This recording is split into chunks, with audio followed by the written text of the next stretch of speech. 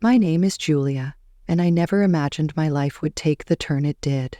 I grew up in what I thought was a typical family, normal for us at least. My dad was always immersed in his window frame business, spending long hours away, while my mom managed the house and made everything feel warm and stable. We weren't rich, but we had what we needed: comfort, routine, and the sense that things would always stay the same. Dad rarely brought work home. His evenings were predictable. He'd come in late, plant a quick kiss on Mom's cheek, and ask me about school in the kind of casual, distracted way that made me wonder what else was on his mind. That was about it, but I didn't mind. In my small world, I was content, cocooned in the simplicity of it all. Then came the day that shattered the illusion. I was 22, fresh out of college, staring at an uncertain future and wondering where my life was headed. That's when I overheard Dad on the phone. His voice was tight, strained, so unlike the calm and collected man I thought I knew. It stopped me in my tracks. Something about the way he spoke sent a chill down my spine. It was the moment I realized there were secrets hidden beneath the surface of our ordinary life, and everything I thought I knew was about to change. "No, absolutely not. I won't let you take over my company. I've worked too hard for this," he said. I shouldn't have eavesdropped, but I couldn't help it. My stomach twisted as I listened. Dad's company was in trouble? Why hadn't he said anything? That night at dinner, I watched him closely. He seemed normal, joking with Mom about her overcooked pot roast, but I saw the worry lines around his eyes, the way his smile didn't quite reach them. I had to do something. But what? I didn't know the first thing about business. Still, I couldn't just sit back and watch my family's livelihood get destroyed. The next day, I did some digging. It wasn't hard to find out who was trying to take over Dad's company. Big shop businessman named Robert Caldwell. His office wasn't far from our house. The receptionist looked at me like I was crazy when I asked to see Mr. Caldwell. "Do you have an appointment?" she asked, eyebrow raised.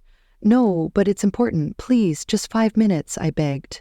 She must have taken pity on me, because after a phone call, she waved me towards the elevator. "Top floor," she said. The ride up felt like it took forever. When the doors opened, I was face to face with Robert Caldwell himself. He was older than I expected, silver-haired and sharp-eyed. "Well, well," he said, looking me up and down. "What do we have here?" I swallowed hard. "Mr. Caldwell, I'm Julia Thompson. I'm here about my father's company, Thompson Windows." His eyebrows shot up. "Thompson's daughter? This is unexpected. Come in, let's talk." I followed him into his office, trying not to gape at the view. He settled behind his massive desk and gestured for me to sit. "So, Miss Thompson, what can I do for you?" I took a deep breath. "Please don't take over my father's company. It means everything to him. There must be another way." Caldwell leaned back, studying me. "Interesting. I have a proposition for you, Miss Thompson. I'll leave your father's company alone if you agree to marry my son." I stared at him. Sure, I'd misheard. "Excuse me?" "You heard me. Marry my son. Make him grow up a little. Do that, and your father's company is safe." I left Caldwell's office in a daze. Marry his son? Was he insane? But the more I thought about it, the more I realized I didn't have much choice. It was either this or watch my father's life's work crumble. The next day, I found myself back in that intimidating office. Caldwell was waiting, a smug smile on his face. "So, Miss Thompson, have you made your decision?" I took a deep breath. "Yes, I'll do it. I'll marry your son." Caldwell clapped his hands together. "Excellent. Let's introduce you two, shall we?" Before I knew it, I was being ushered into another room. And there he was, Caldwell's son. I'd expected some stuffy businessman type, but the man who stood up to greet me was anything but. He was tall, with messy dark hair and a crooked smile. "Hey," he said, extending his hand. "I'm Jack. You must be Julia?" I shook his hand, trying not to show my surprise. "Yeah, that's me." Jack's father cleared his throat. "I'll leave you two to get acquainted." As soon as the door closed behind him, Jack's casual demeanor vanished. He ran a hand through his hair, looking uncomfortable. "Look, I'm sorry about this. My dad, he's got some pretty old-fashioned ideas," I shrugged, trying to seem nonchalant. It's fine, we're both adults, right? We can handle this. Jack laughed, but it sounded forced. Yeah, sure, just a casual arranged marriage, no big deal. We spent the next hour talking, and I hate to admit it, but Jack was kind of interesting. He was smart and funny, even if he did seem a bit irresponsible. I could see why his father wanted him to grow up. Over the next few weeks, Jack and I started dating, if you could call it that. We went out to dinners, movies, the usual stuff. But there was always this undercurrent of awkwardness. We both knew this wasn't real, no matter how much we pretended. And so, 6 months after that fateful meeting in Caldwell's office, I found myself walking down the aisle. My dad looked so proud, so happy. He had no idea of the deal I'd made to save his company. As I said my vows, I looked into Jack's eyes. There was no love there, not really. But there was friendship, and maybe that could be enough. The reception was a blur of congratulations and champagne. Jack's mother, Elizabeth, cornered me at one point, her smile tight. "Welcome to the family, dear," she said, her voice dripping with insincerity. "I do hope you'll make Jack happy." I plastered on my best fake smile. "I'll certainly try, Mrs. Caldwell." As we left for our honeymoon, I caught a glimpse of my father-in-law. He was beaming, clearly pleased with himself. I felt a flash of anger. This was all just a game to him. The first few years of our marriage were interesting, to say the least. Jack and I settled into a routine of sorts. We lived in a nice house, courtesy of his father's wealth, but it felt more like we were roommates than husband and wife. I tried my best to be a good influence on Jack. Slowly but surely, I saw changes in him. He started spending less time with his party-loving friends and more time at the office with his father. I could see the pride in his father's eyes when Jack started showing real interest in the business. It made me feel like maybe this whole arrangement wasn't for nothing. Jack's mother, on the other hand, was a different story. She never outright said anything, but I could feel her disapproval radiating off her in waves. The way she'd purse her lips when I spoke, or the backhanded compliments she'd give. "Oh, Julia, that dress is interesting. So brave of you to wear something like that." I'd grit my teeth and smile. "Thank you, Mrs. Caldwell." Despite the challenges, I held on to hope. Maybe, just maybe, Jack and I could grow to love each other. Maybe when we had kids, things would change. But life had other plans. It was a crisp fall day when we got the news. Jack and I sat in the doctor's office, the silence heavy between us. "I'm sorry," the doctor said, his voice gentle, "but the tests show that you, Mr. Caldwell, are unable to father children." The words hit me like a physical blow. No children. The one thing I'd been counting on to bring us closer, to make this marriage real, was now impossible. That night, as I lay awake, I thought about my own parents. Dad's business had flourished since my marriage to Jack. He'd even managed to double his turnover. I was happy for him, truly. But I couldn't help feeling a bit lost. I wanted to work, to have a purpose beyond being Jack's wife. But when I brought it up to him, his response was swift and firm. "Work? Why would you need to work? We have more than enough money." "It's not about the money, Jack. I want to do something meaningful." He shook his head. "In our circle, wives don't work. They do charity. Why don't you start a foundation or something?" And so the Julia Caldwell Foundation for Children with Cancer was born. It wasn't what I'd imagined for myself, but it gave me purpose. I threw myself into the work, organizing fundraisers, visiting hospitals, doing whatever I could to help. Jack didn't seem to care much about my new passion. In fact, he didn't seem to care much about anything I did these days. We were living parallel lives, inhabiting the same space, but rarely intersecting. Years passed, 10 to be exact, and then everything changed again. Jack's father died suddenly of a heart attack. Just like that, Jack was thrust into the role of CEO. I tried to be supportive, but I could see him struggling under the weight of his new responsibilities. 2 years after that, we got more bad news. Jack's mother had cancer. We should move her to a care facility, Jack said, his voice detached. They can take better care of her there. But his mother refused. "I will die in my own home," she declared, her chin lifted defiantly. And so, drawing on my years of experience with the Cancer Foundation, I took charge of her care. I hired nurses, coordinated treatments, and spent hours by her bedside. To my surprise, Elizabeth's attitude towards me began to soften. One day, as I was adjusting her pillows, she caught my hand. "You're a good woman, Julia," she said softly. "I'm sorry I didn't see it sooner." I felt tears prick my eyes. "Thank you, Mrs. Caldwell." 5 years passed since Jack took over his father's company. I wish I could say things improved, but the truth was far from it. Jack's behavior became increasingly erratic. He was drinking more, coming home at odd hours, and snapping at me for the smallest things. One day, I received a call from Jack's assistant. "Mrs. Caldwell, I'm sorry to bother you, but Mrs. Caldwell hasn't been to the office in days. Is everything all right?" When he finally stumbled home that night, reeking of alcohol, I confronted him. "Jack, what's happening? Your assistant called. You haven't been to work?" He laughed bitterly. "Work? What's the point? The company's going under anyway. Dear old Dad left me a sinking ship, and I couldn't keep it afloat."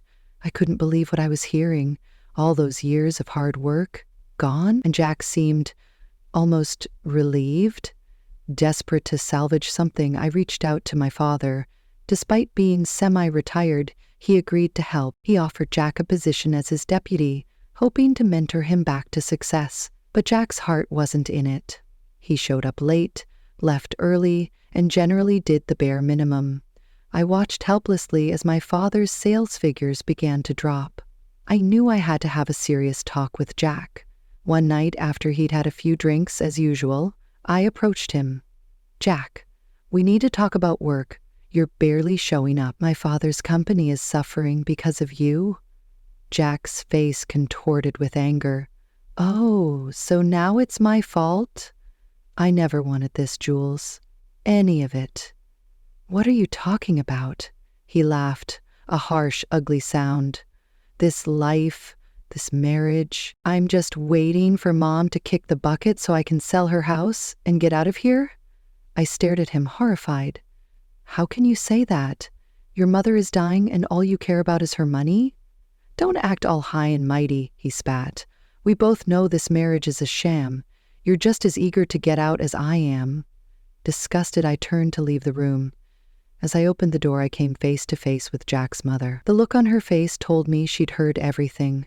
For a moment, we just stared at each other. Then, silently, she reached out and squeezed my hand. In that gesture, I felt her gratitude, her understanding, and her sorrow. The day I got the call about my parents' plane crash, my world shattered. My mom and dad gone in an instant.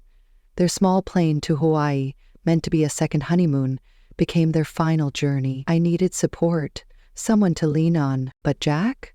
He was nowhere to be found.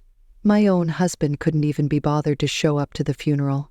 As I stood there, watching my parents' caskets lowered into the ground, I felt more alone than ever. After the funeral, anger began to replace my sorrow. How dare he? How could he abandon me when I needed him most? With this newfound fury fueling me, I marched into Dad's company. Our company now, I supposed. The sight that greeted me when I entered Dad's old office made my blood boil. There was Jack, lounging in Dad's chair like he owned the place, barking orders like some conquering hero. "Jack," I said, my voice tight with barely contained rage, "we need to talk." He looked up, his face a mask of annoyance. "What is it now, Jules? Can't you see I'm busy?" "Busy?" I spat. "You couldn't even be busy enough to come to my parents' funeral." Jack rolled his eyes. "Oh, here we go with the moralizing again. You know what, Jules? Always nagging, always pushing. Well, I'm done with it, and I'm done with you." I stared at him, shocked. Then I saw something change in his eyes. A cold, calculating look replaced the anger. "You know, Jules," he said, his voice suddenly calm, "this company, it's worth about $17 million. And guess what? As deputy director, it's all mine now." My heart dropped. "What are you talking about?" He leaned back in the chair, Dad's chair, with a smug smile. "I'm the deputy director. I have all the passwords, access to all the accounts. I'm in charge now, and there's nothing you can do about it." "You can't do this," I said, my voice shaking. "You've already run your father's company into the ground. I won't let you do the same to my father's legacy." Jack laughed, a cold, harsh sound. Oh, I'm not going to run it. I'm going to sell it, piece by piece.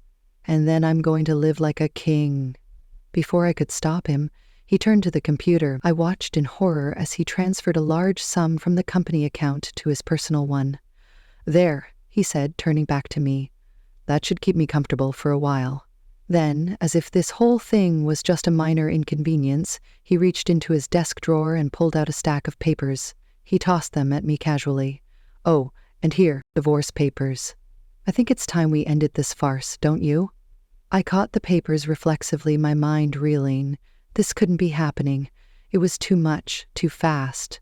My parents dead, my marriage over, my father's company being stolen right in front of me. I left the office in a daze, divorce papers clutched in my hand. But as I walked, something inside me shifted.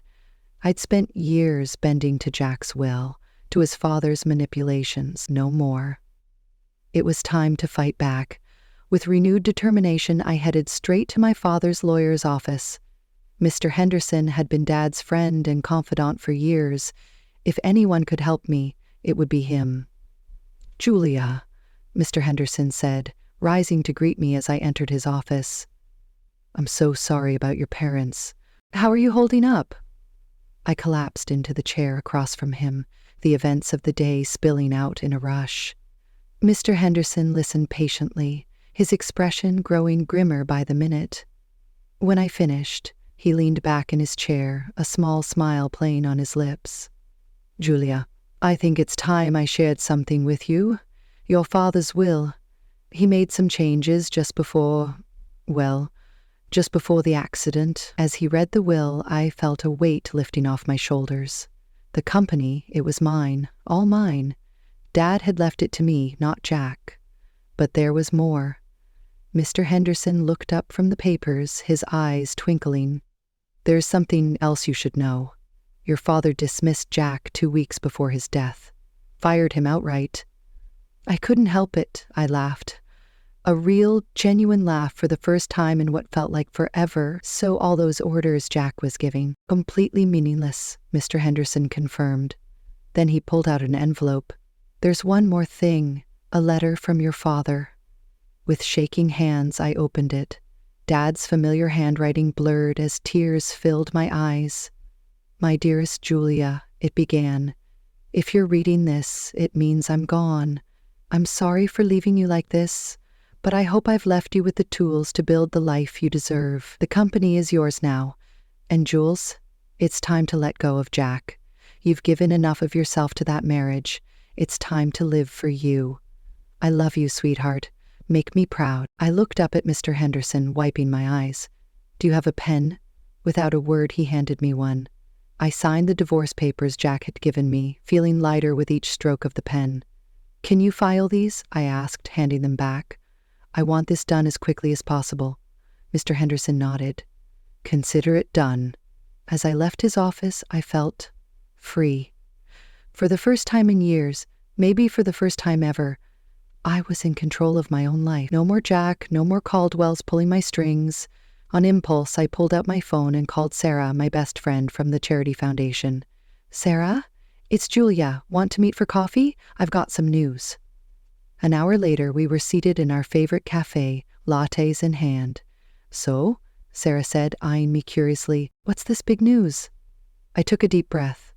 Then let it all out. Jack, the company, the divorce. Sarah listened, her eyes widening. When I finished, she reached across the table and squeezed my hand. Girl, you're free, and now you're the boss. I couldn't help but smile at her enthusiasm. I don't know, Sarah, can I really run a company? She fixed me with a stern look. Are you kidding me? Julia, you've been running that charity foundation like a pro for years. You're smart, you're organized, and you actually care about people. You're going to be an amazing CEO. After my talk with Sarah, I felt invigorated. It was time to face the music and get my things from Jack's house. I never really thought of it as my home, and now I knew why. I found my mother-in-law, Elizabeth, in the living room. Her face was drawn, tired from her ongoing battle with cancer. Elizabeth, I said gently, I'm here to get my things. Jack and I were getting divorced. To my surprise, her eyes filled with tears. Julia, I know I haven't always been kind to you, but you've been so good to me. Would you consider taking me with you?" I was stunned. "You want to come with me?" Before she could answer, the front door slammed open. Jack stormed in, his face red with fury. "You!" he shouted, pointing at me. "What the hell did you do? The company accounts are blocked. I can't access the money." I straightened my spine, looking him dead in the eye. "That money isn't yours, Jack. It never was. Oh, and by the way, my father fired you 2 weeks ago. You have no claim to the company. I've already instructed security not to let you in the building." Jack's mouth opened and closed, like a fish out of water. Then his gaze shifted, noticing his mother packing a suitcase. "Mom, what are you doing?" Elizabeth looked at her son, her expression a mix of sadness and determination. "I'm going with Julia. I'm sorry, Jack, but you've proven to be unreliable." Jack's face turned an even deeper shade of red. "Unreliable? Me? This is all your fault. You raised me to be this way, you and your coddling and your expectations." He turned to me, his voice dripping with venom. "Fine. Get out, both of you. I don't need either of you."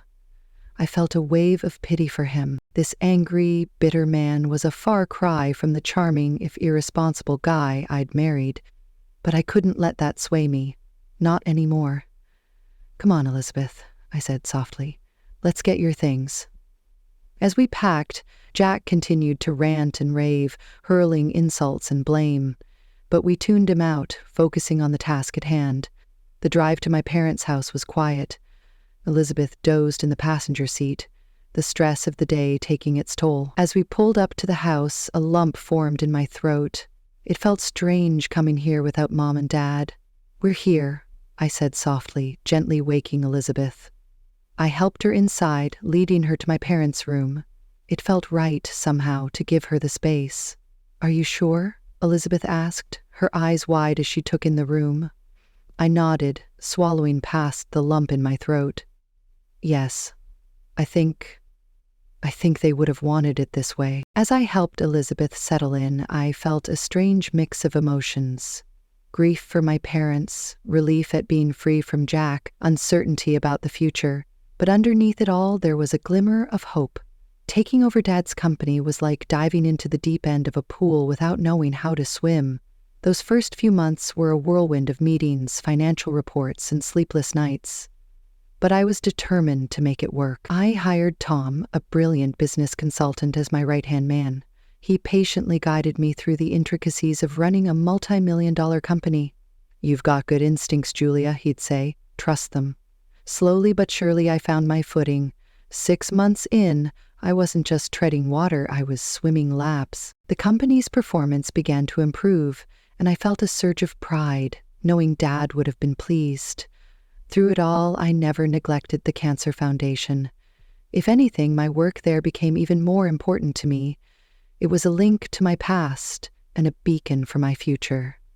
Elizabeth's condition worsened over time. I threw myself into her care, determined to make her final days as comfortable as possible. We grew close during those 2 years, healing old wounds and forming a bond one never thought possible. The day she passed, I held her hand and whispered, "Thank you for everything, Elizabeth."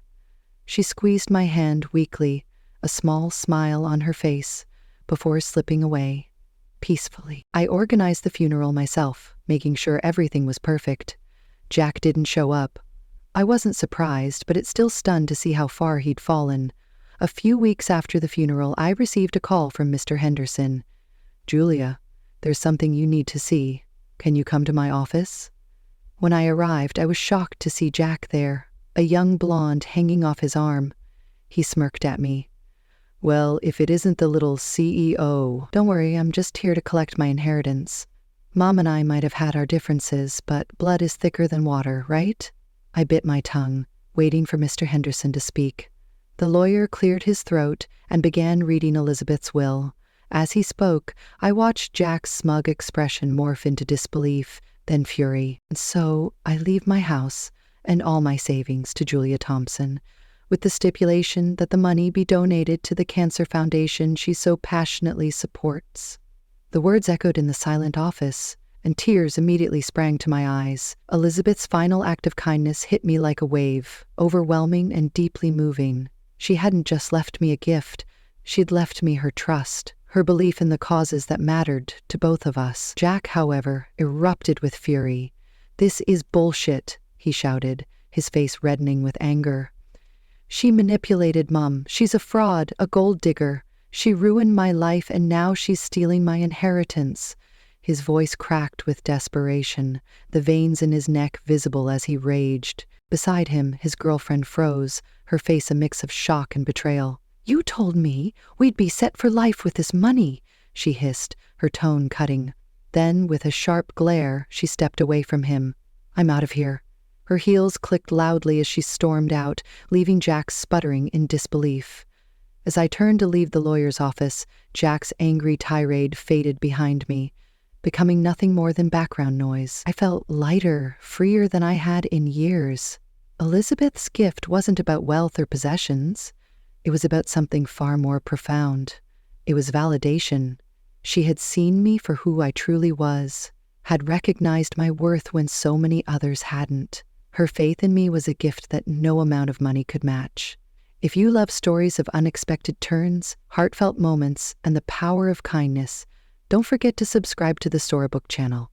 There's so much more to discover, and you won't want to miss what's coming next.